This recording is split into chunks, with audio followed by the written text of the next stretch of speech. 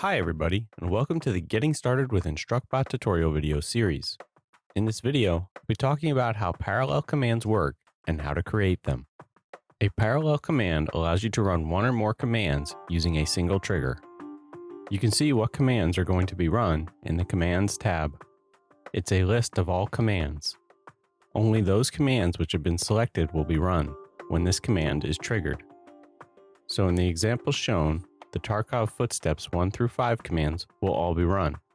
Note there is no order applied when run, so the sounds could play in any sequence. This gives you a brief overview of the specifics of a parallel command. I'm now going to switch over to my tutorial configuration and walk you through how to create a new parallel command, which will trigger a number of play sound commands. Navigate to the parallel commands and press the Add button. You should set the name and description to something appropriate for the command. In this case, I'm going to use the name command Tarkov Footsteps and describe it as runs the Tarkov Footstep commands. Public controls if other users of InstructBot can download the command. If you want to share this command, toggle it on. The cooldowns control how often the parallel command can be executed. The global cooldown applies to everyone, whereas the user cooldown is per viewer. For example, if you set the global cooldown to 5 and the user cooldown to 60, the command can be executed at most once every 5 seconds, but a single viewer will only be able to execute once every 60 seconds. As I don't want this command to run more than once every couple of minutes, I'm going to set the global cooldown to 120 seconds. The help settings control if the command is shown with the default help command or a specified help command. As I want this command to be shown in my default help command, I'm going to toggle Use Default on. The queue settings control how, in what order the command is executed. By default, parallel commands are executed on the parallel queue.